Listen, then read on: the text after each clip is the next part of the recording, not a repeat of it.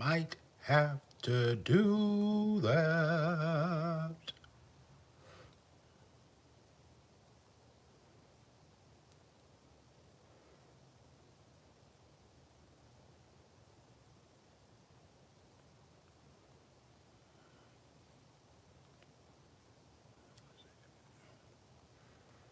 Think about that.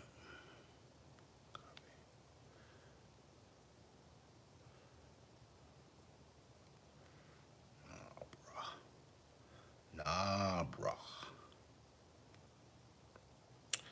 Nah, brother man.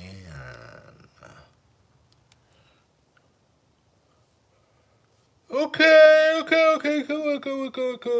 cool.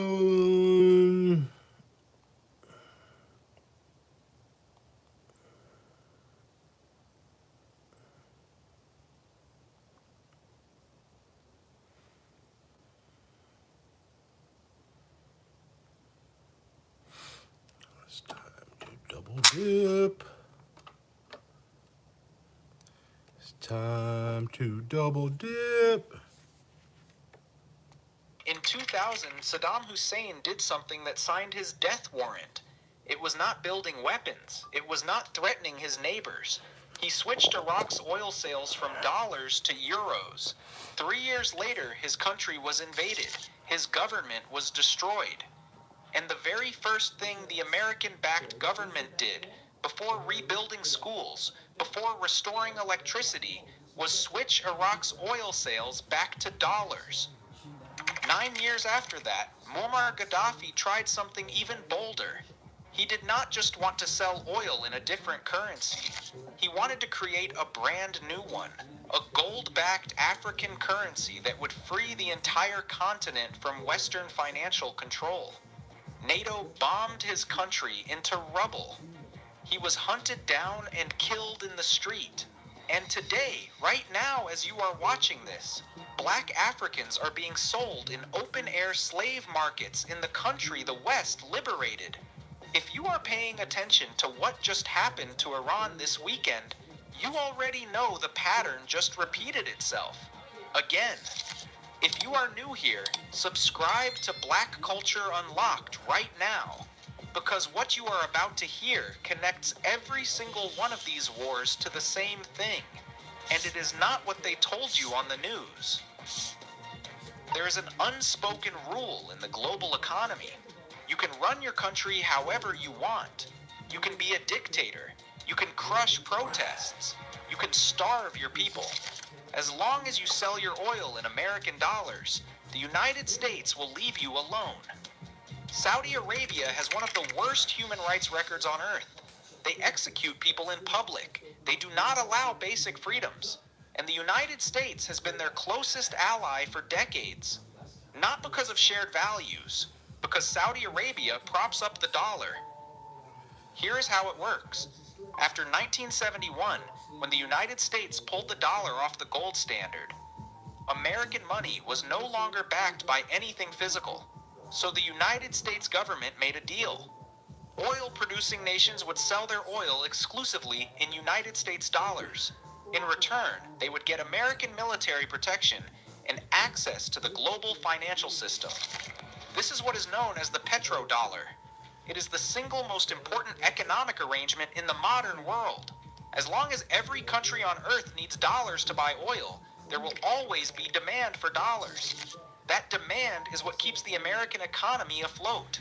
That demand is what allows the United States to print trillions without the currency collapsing. Break that arrangement, and you become an enemy of the state overnight. In October 2000, Saddam Hussein announced that Iraq would no longer accept US dollars for its oil. He switched the country's oil transactions to euros under the United Nations Oil for Food program. He also converted $10 billion in Iraqi reserves from dollars to euros. Western financial analysts called it irrational. They said Iraq would lose money on conversion fees. They said the euro was weaker than the dollar, and it made no financial sense. But Saddam wasn't making a financial decision. He was making a political one. He was telling the world that a sovereign nation does not have to bow to the dollar. And he was right at first. The euro rose in value, and Iraq actually made money on the switch. In 2003, the United States invaded Iraq. The stated reasons were weapons of mass destruction and links to terrorism. Both turned out to be false. No weapons were ever found. No links were ever proven. The entire justification was manufactured. But here is the part they do not teach in any classroom.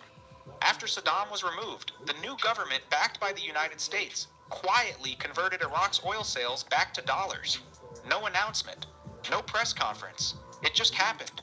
The war cost over 1 million Iraqi lives. It destabilized the entire Middle East. It created the conditions for the rise of ISIS. And when it was over, the dollar was back in charge. Mission accomplished. If you've been watching the news this weekend and wondering what's really going on, this is it. Hit that like button and subscribe because the pattern doesn't stop with Iraq, Gaddafi, and the gold dinar. Now, here's where it gets personal for every black person watching this. In 2009, Muammar Gaddafi, who was chair of the African Union at the time, proposed something that terrified every Western financial institution on the planet. He wanted to create a unified African currency backed by gold. He called it the gold dinar. The plan was radical and it was specific. African and Muslim nations would sell oil and natural resources only for gold dinars. Not dollars, not euros. Gold. Libya alone held 143 tons of gold reserves to back it. Countries like Nigeria, Tunisia, Egypt, and Angola were ready to join. Think about what that would have meant. Africa holds 30% of the world's mineral resources. It holds massive oil reserves across Libya, Nigeria, Angola, and Algeria. If those nations collectively refused to sell their resources for dollars and demanded gold instead, the entire Western financial system would have been shaken to its core. The plan was also designed to replace the CFA franc, the currency France forces its former African colonies to use to this day. 14 African nations are still required to store 50% of their foreign reserves in the French treasury. That's not economics. That's colonial extraction with a bank account. Gaddafi's gold dinar would have ended that. It would have given Africa financial independence for the first time since colonization. We know exactly how the West reacted because the emails were leaked. In 2015, a cache of Hillary Clinton's emails became public. One of them, from her advisor Sidney Blumenthal, stated plainly that French intelligence had discovered Gaddafi's gold currency plan and that it directly influenced France's decision to lead the NATO attack on Libya. France's then-president Nicolas Sarkozy reportedly called Gaddafi a threat to the financial security of the world. Not a military threat, a financial one. A man leading a country of 6 million people was considered a threat to the global financial order because he wanted Africa to have its own money. In March 2011, NATO launched its bombing campaign. By October, Gaddafi was dead, dragged from a drain pipe and executed on camera. Secretary of State Hillary Clinton responded to the news on CBS by laughing and saying, "We came, we saw, he died." What Libya became. Now here's what the liberation of Libya actually produced. Before NATO intervened, Libya had the highest human development index in all of Africa. Free education. Free healthcare. The Great Man-Made River, the world's largest irrigation project, provided free fresh water across the country. Libya had no external debt. Per capita income was over $11,000, the fifth highest on the continent. Today, Libya ranks 105th in the world in human development, a fall of over 50 places. The country has been in a state of civil war for over a decade. At one point, there were an estimated 1,600 armed militias fighting for territory. There is no functioning central government. Infrastructure has collapsed. Power cuts are constant. The healthcare system is destroyed. And then there are the slave markets. In 2017, CNN sent an undercover team to Libya and documented something the world had not seen in centuries. Open-air auctions where black African migrants were being sold as slaves. A man on camera auctioned off human beings, calling them merchandise. The price, as low as $200 to $400 per person. The International Organization for Migration confirmed that 73% of migrants in Libya were being subjected to forced labor. People from Nigeria, Ghana, Niger, Mali, and across sub-Saharan Africa were kidnapped, beaten, tortured, and sold. Women were forced into sexual slavery. People who could not pay their ransom were worked to death. A United Nations Human Rights Council report in 2023 confirmed that crimes against humanity were being committed against migrants in Libya, and that European Union policies were contributing to the crisis by funding the very militias carrying out the abuse. This is what happened when the West liberated Libya from the man who wanted to free Africa from the dollar. They turned the wealthiest nation on the continent into a failed state with slave markets. The same NATO that said it was intervening to protect human rights created conditions where black people are being bought and sold in parking lots. Share this video right now. Send it to someone who thinks these wars are about freedom and democracy. Like, subscribe, and drop a comment, because the pattern just happened again. Iran, this weekend, the United States and Israel launched a coordinated military strike on Iran. They called it Operation Epic Fury. Supreme Leader Ayatollah Ali Khamenei was killed. Dozens of senior military and government officials were killed alongside him. Bombs fell across 24 of Iran's 31 provinces. Over 1,200 munitions were dropped in a single day. Iran retaliated by striking U.S. military bases across the Gulf, in Bahrain, Kuwait, Qatar, and the UAE. American service members have been killed. Airports across the Middle East were shut down. The Strait of Hormuz, the most critical oil route on Earth, was closed. And here is the detail they are not emphasizing in the coverage. Iran had been planning to launch its own oil bourse, a trading exchange where oil could be bought and sold in currencies other than the dollar. As far back as 2007, Iran announced plans to open the oil bourse in Tehran, where nations could trade hydrocarbons without ever touching a US dollar. Almost immediately, the rhetoric about Iran shifted.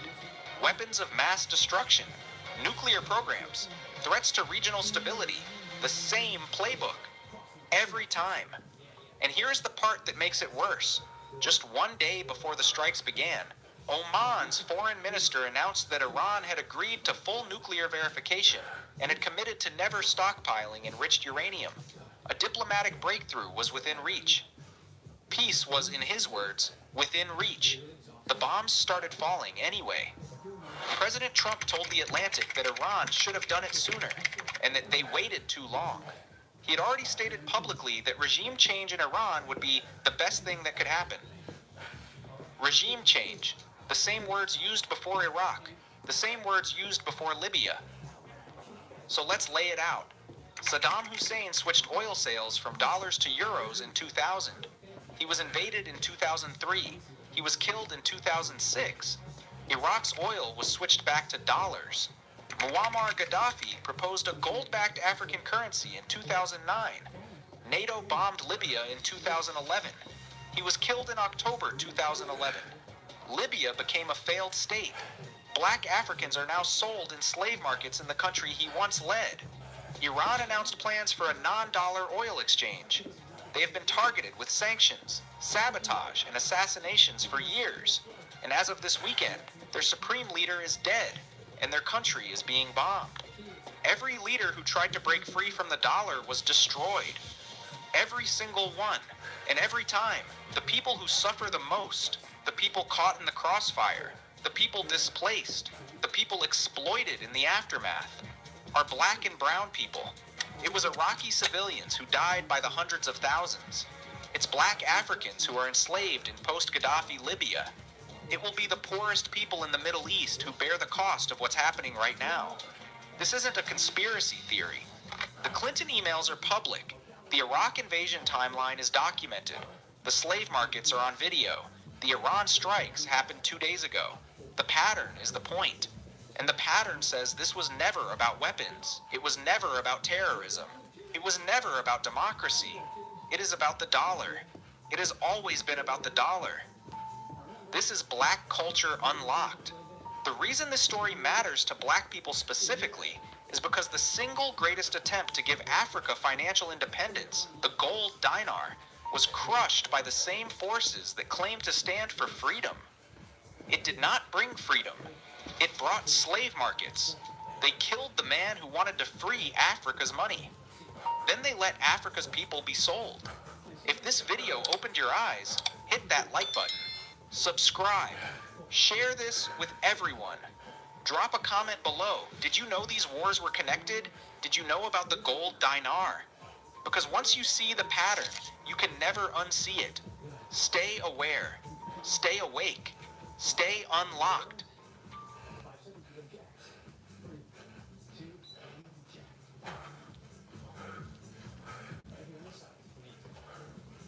David Muir, ABC's World News Tonight, America's most watched newscast. Now streaming same day with all the breaking news of the day on Disney Plus. Most watched, most trusted. Now on Disney Plus every night.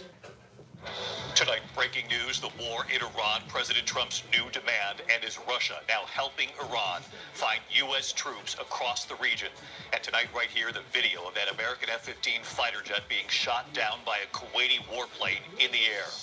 President Trump now demanding Iran's unconditional surrender. Tonight, the White House has asked what that unconditional surrender looks like. Airstrikes intensifying across Iran. An Iranian drone carrier struck at sea up in flames. Sources now telling ABC News Tonight the U.S. believes Russia is providing intelligence to help Iran target American forces.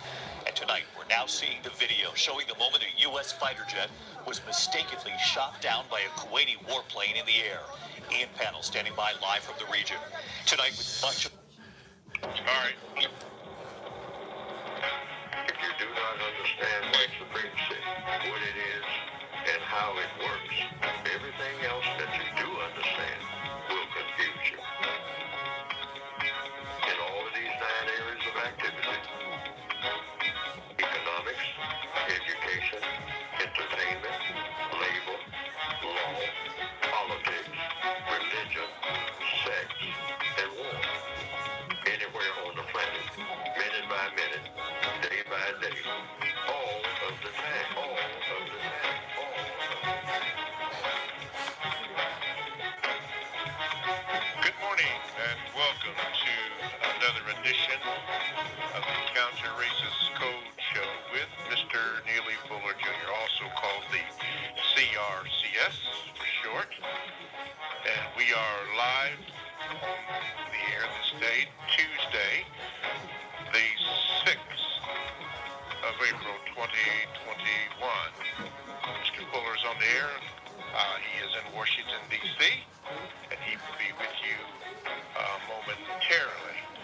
The numbers to call to get in contact with this show is 516-453-9921. And be sure to depress the number 1 button and you will get in line for other calls. And then you may answer your questions. Keep in mind, if I cue you in, you can be heard. So you don't have to ask, can I be heard? You can be heard. And if you can't, then I would let you know so you don't have to do that. That way Mr. Fuller can get right to your questions.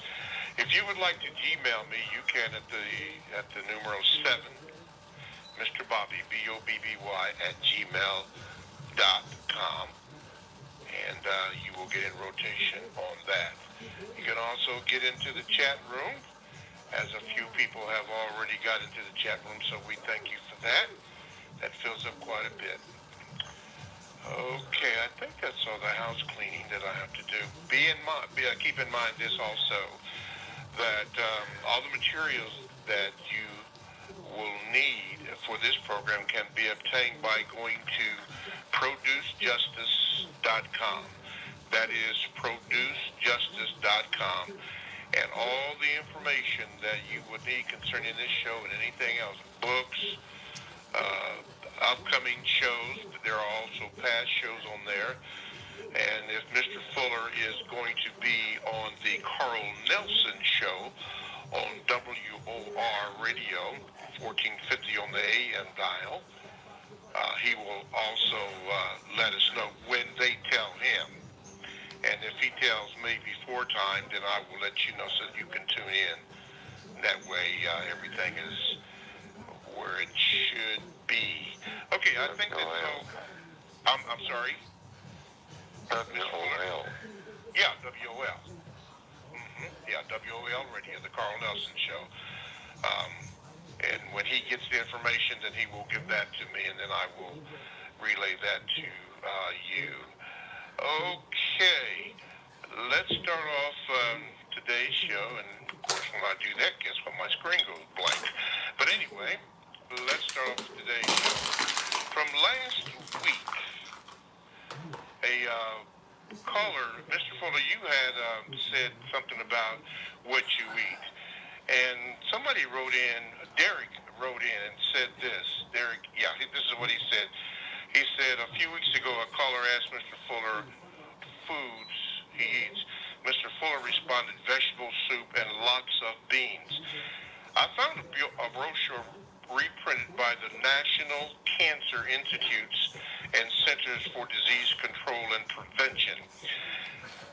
Mr. Fuller was absolutely correct about his food choices, and I just want to thank him for sharing that wisdom. Stay safe. Derek G., he's also from Washington, D.C., the DMV, which stands for the District of Columbia, Maryland, and Virginia. So, Mr. Fuller, he just wanted to give you thanks for that. And do you eat that almost every day or some combination of that or what? Well, I do. Just about every other day for sure. Beans with a combination of spinach cooked, because there's been some recent talk about spinach being having some type of poison in it. So if you cook it, though, that, you know, whatever that problem is, it kind of goes away. Spinach and lettuce and some types of romaine lettuce. There's been some talk about leafy vegetables having some type of poison that comes from the soil that has to do with the way people handle it and all of that. I don't know all the details. But they said if you cook it, it should be safe, particularly spinach. So you put your spinach and your beans and, you know, you make soup. And spinach, if you boil it with the soup, just boil it slightly. The spinach and soup, and the beans and cauliflower, mixed vegetables of different types that you get in a bag. Sometimes you can get it, it goes into the microwave, steam. That's the way I do it sometimes. And then dump it into a pot. And you got a variety of soup with a lot of vegetables in it. Great tomatoes, and you don't want to put too many items in there, but have a pretty, just about everything you can think of is supposed to be healthy in the vegetable line. And that's what I do. And just put it in there, and with plenty of chicken broth and water, or vegetable broth, and I just tried, and it's tasty, and I eat it. I think the lunch wagon should come up with soups, particularly in the wintertime. You might add some noodles, and maybe some, slice up some roasted chicken, put that in there too. They say, well, wow, it looks like you're going way beyond soup. You're going to have something else now if you keep putting stuff in there. But it doesn't work out that way. It seems that way it might. You put a lot of items in there, which I do. And, but it's very tasty. Okay. Do you eat any breads or anything like that?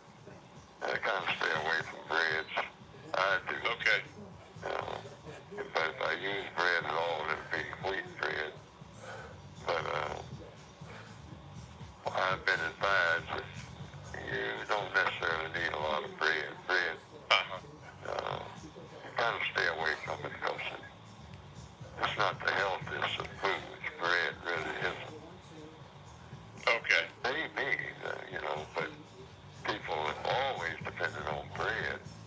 Down to the ages, that's what they say, your daily bread. You know, that's even biblical. But the way they make bread, that's what it comes down to. What bread is really healthy? I'd have to find that out myself. If there are any breads that are put out that are super healthy, that are really going to give you energy and nutrition, rather than just fill you up and weight you down, which is what a lot of artificial foods do. They just fill you up and weight you down. They don't give you any energy at all. The more you eat, the less energy you have. And that's not supposed to be with any food. Food is about energy.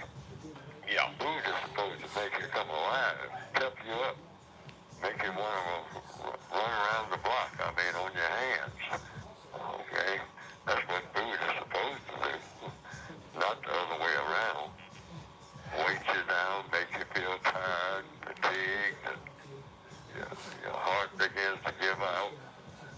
And most of what many things that they sell across the counter that are supposed to be nutritious and tasty and energizing, that last thing, many things, don't give you any energy at all.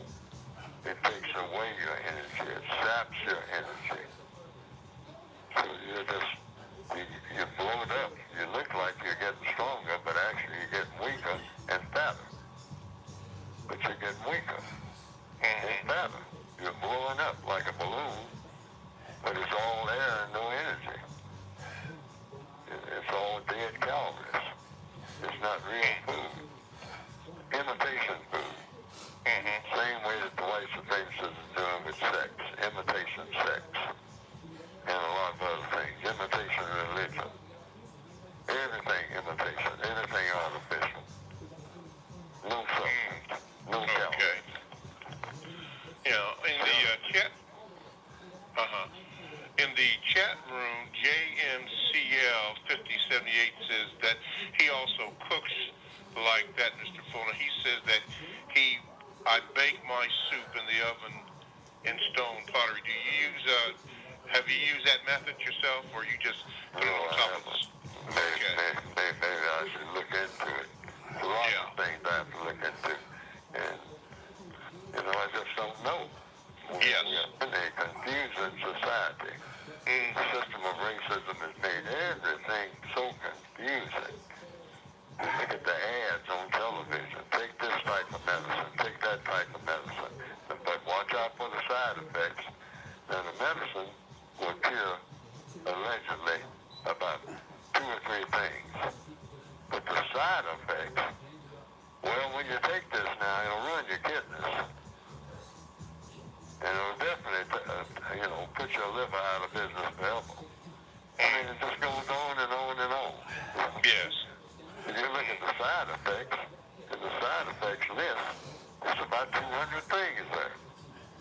Yes. But you won't cure your headache. You won't have a headache, but you'll be dead. Wow. That's basically what they're saying. Okay. Well, anyway, Derek, I wanted to make sure that you got that message, and his friend or cousin in North Carolina, Roland, appreciated that also in Charlotte, North Carolina. We're going to get on with today's show. D.D. Carter, thank you for your suggestion, and here we go. We're getting ready to go to the callers. Matter of fact, we're getting ready to go to Darnell, and this is what we're going to say, or try to say. Darnell, you are on, and you can be heard. What is your question for Mr. Fuller? Good morning, Mr. Bobby. Good morning, Mr. Fuller. Good morning. Good morning, sir. I have a question, Mr. Bobby. Is it okay if I do a VGQ in a question? Very quickly, yes, sir. Go ahead. Okay. My VGQ is on Tuesdays from 9 to 11. I enjoy spending time with Mr. Bobby, Mr. Fuller, because staying on code has made my life, my overall lifestyle, much more satisfactory and much more productive. And my question for Mr. Fuller is, what do you mean by the quote that you have on the front of the book and on the front of the United Independent Historical System Concepts book?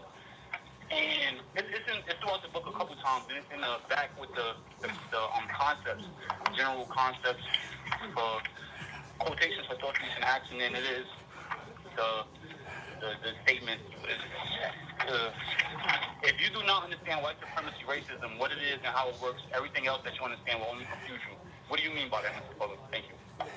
What I mean by that is that's the dominant influence on the planet. And if you don't understand the thing that governs everything that you do, you're going to be confused about everything. And I'm saying, and it's either true or false, and everybody should always think about that because I could be making a huge mistake. But I believe it because it was only when I began to look into racism and its effects that I began to understand the entire world that I live in and all the things that apply to me in every area of activity. Economics, Education, When entertainment, I go to school, what are they teaching? labor, They're teaching the law, glorification of white supremacy. politics, religion, sex. But I didn't know that war. until I put it in that frame of reference. I didn't think about it that way. I studied, history classes, civics classes, political seminars and all that, but I couldn't put it all together if I left out the fact of racism. Because when I started looking at everything being painted, you might say, maybe I shouldn't, everything being poisoned, I prefer to use that word, by racism, then everything always came into view. I mean, everything came together real quick. If I always thought of now, okay, I'm in this seminar, and they're talking about religion, or they're talking about sex, or they're talking about war, or they're talking about politics. If I immediately put my mind on, no, everything that they're talking about is going to be within the context of racism. Can't leave out racism. You're talking about labor or law, and how the laws are written and what they apply to and who they apply to. You leave out racism, you're going to get confused. If you're talking about labor, you leave out racism, you're going to get confused. If you talk about economics, the use of time and energy, trade laws, money, if you talk about politics, border crossings and all that, you're talking about racism. Everything is drowned in racism. And when I started looking at the entire world like that, everything became easier to figure out. That whatever, if I was just having a conversation with somebody on a bus or whatever the conversation was about, and I left out the fact of racism, I always felt like I should be scratching my head because it's something that doesn't add up here. It's something that I'm not considering that's left out, but I don't know what that something is. And so I start frowning up. I can't quite put my finger on it, but there's something missing in this conversation. But if I throw racism in that mix, then everything came clear. Everything. Just jump right out at you. And that's what I meant by that statement. If you do not understand white supremacy, what it is, and how it works, everything else that you understand will confuse you. Any kind of contract you make, you get ready to buy a house or anything, you leave out racism, you're going to go into a head-scratching mode, meaning when you're scratching your head, it means there's a question somewhere, or a dozen questions, or 10 dozen questions, which means what? Where there's a question, there's what? Confusion. Answers to questions get rid of confusion.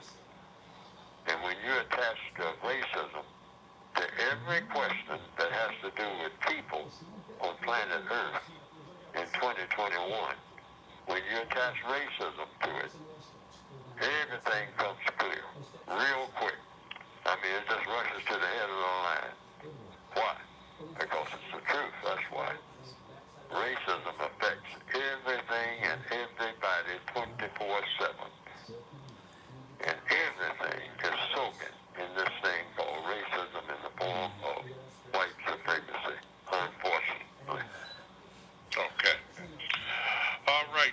thank you for your call, and I don't have to tell you, but I say this anyway. Don't be a stranger. Okay, Terry, in Pennsylvania, we're getting ready.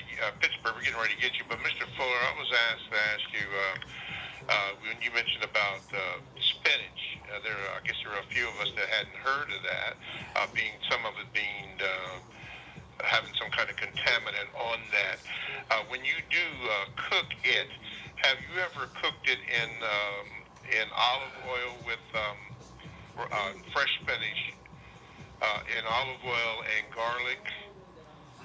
I put a little bit of olive oil in some soups that I make. Yeah. Okay. And but for the most part, I just put in vegetable broth that comes in the box.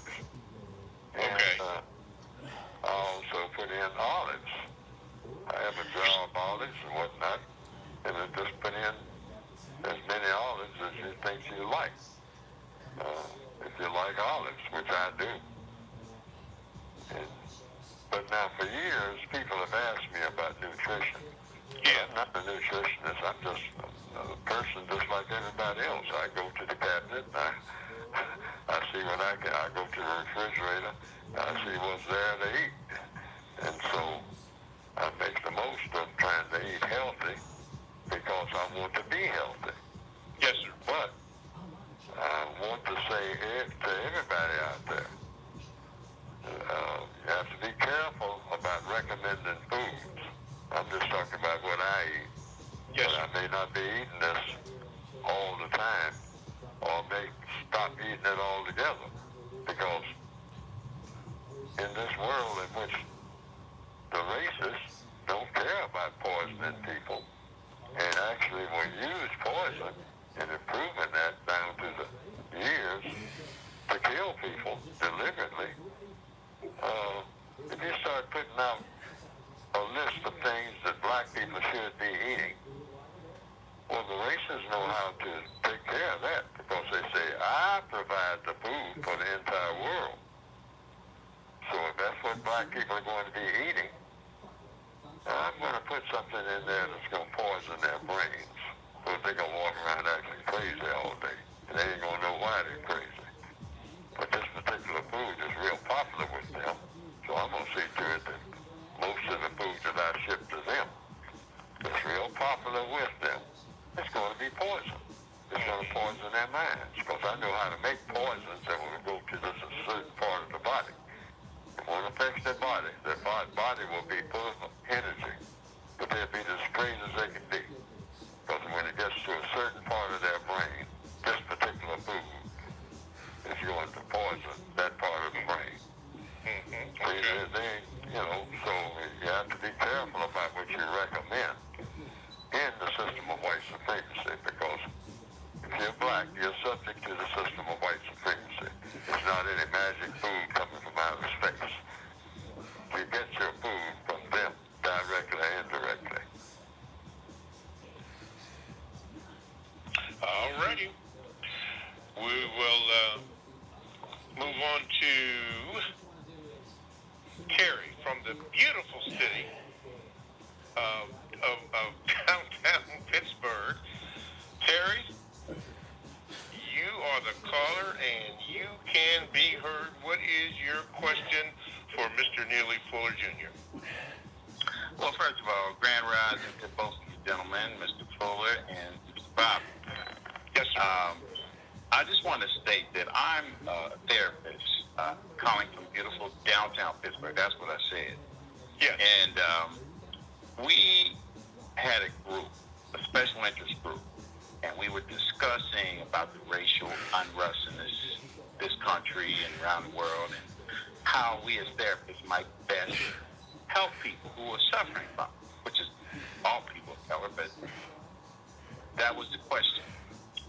And when I mentioned that racism is white supremacy, the group of people that was consistent of white people, black people, and other people of color, people got really upset. Power dynamic. That, there really is one form of racism, and that's white supremacy, full stop. out. The therapists of Keller became a little agitated, and they told me, well, we don't know how to present this to the superiors because that might offend them.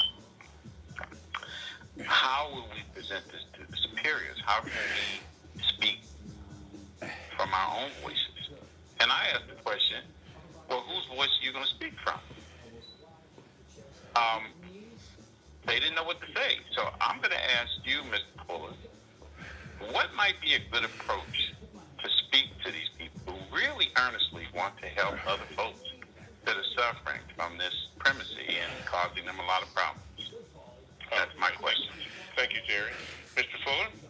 I always tell people, when you, with white people and black people, and you're having meetings talking about problem solving, never bring up race. That might be surprising coming from me, but that's code. You are not the person to bring it up, according to the code. Why? Because it doesn't get constructive results. So you always want to come out of something with the results that you went in for. That's code. You want the results. So, I'm writing a book on racism. I'm talking about racism right now. That's the centerpiece. But you don't start off that way. You start off always talking about the production of justice, which is where you intend to go ultimately anyway. And then what you start doing is putting the filling in that pie, which is basically, you start off saying, well, the end product is a thing called justice. That's the center stage project that you want, that you're aiming for, meaning guaranteeing that no person is mistreated. And you have to define it now, not just talk about justice in the abstract. You say, what is justice? See, all problems are solved through the process of questions and answers. So when you're in these seminars, in these meetings, and even just if it's a so-called informal meeting, you're at some white person's house that you've invited to come to talk about it, solving black people's problems and white people's problems, the problems in general. Always make center stage. Well, this discussion basically is going to be about seeing to it that justice prevails. Now, what is justice? That's the question. But the code says it is. Guaranteeing that no person is mistreated.